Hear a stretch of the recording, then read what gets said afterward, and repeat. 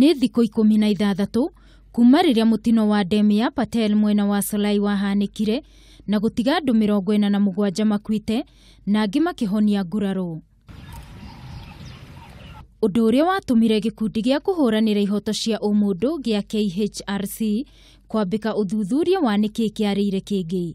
Na ũmũthĩ gĩkundi kĩu kĩarekereria riboti yakĩo ĩrĩa yonanĩtie mutino ũcio nĩ ũngĩagirĩrĩirio angĩkorwo honge cia thirikari cia kũramata ndemu na maũndũ marĩa matũrigicĩirie itiagondereire wĩra-inĩ wacio. George Kegoro nĩ mũrũgamĩrĩri mũnene wa gĩkundi gĩkĩ. Mtu akilete maji kwake, maji si alikuwa yanapita kwa mto, akaya divert akalete kwake. Sasa ya maji yamefurika, na akifurika kulikuwa na cracks kwa hiyo damu zilijulikana na warning ikatolewa ikapuuziliwa, si ndio?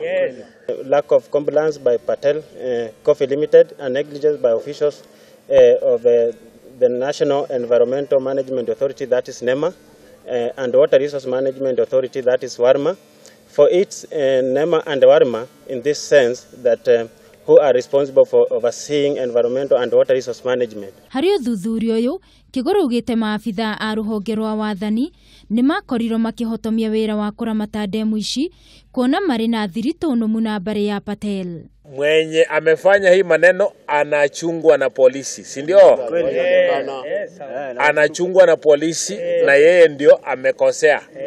So that also should tell you that there is no intention whatsoever for this thing to be dealt with. Akichungwa na polisi, yeye ana polisi wake. Ona kũhana oro ũguo, rũhonge rũrũ nĩ rũtũgĩrĩtie ikinya rĩa naihenya rĩrĩa thirikari ya kaunti ya Naikuru na honge cia ũhonokania cioire thutha wa mutino ũcio kũhanĩka.